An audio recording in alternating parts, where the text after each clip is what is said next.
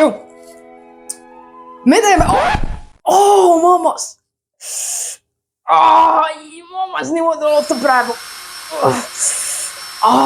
Peab just lambarsti sellega. Ma arvan, et mammas ootab sellepärast, et mul on maiasmokk. Sellepärast me täna teemegi jäätist. Kui kõht on tühi ja korisema hakkab, nüüd on aeg, kus Mr. Kennuritu kohkab.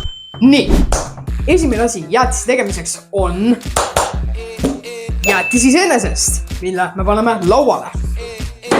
Teiseks asjaks, mis läheb meil vaja, on ilus ja roheline kauss, kui me paneme meie maitsva vaniljajäätise. Kolmandaks on vaja skuuperit. Sellega me skuubime jäätist. Sama hästi, nagu ma skuupisin sellega Michael Aftonit. Okei, igatahes. Alustame. Esimeseks asjaks, mis sa teed, on võtta jäätis lahti.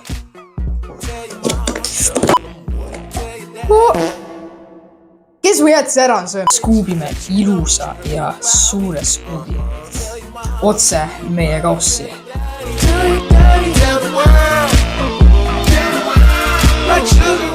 Lihtsalt profidele trikk. Pange see kuuma vee alla enne. Mis trust me?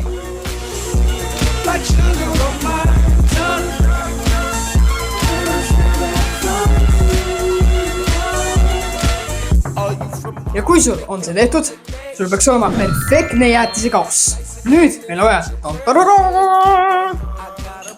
lusikat, millega me lusitseme, millega me sööme enda imeilus jäätis ära.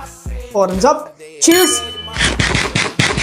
Ja nüüd, kui sul on jäätis nii kiiresti ära sõidub kui võimalik, masika valutab sellest, siis te võite juua peale mahlast ja head ja mahlast, mis on 2 korda mahlas, H2O-d. Sellega jätame hüvasti meie enda 9. osaga. Näeme homme. Olge koolis tublid. Ja nagu ikka, tšau!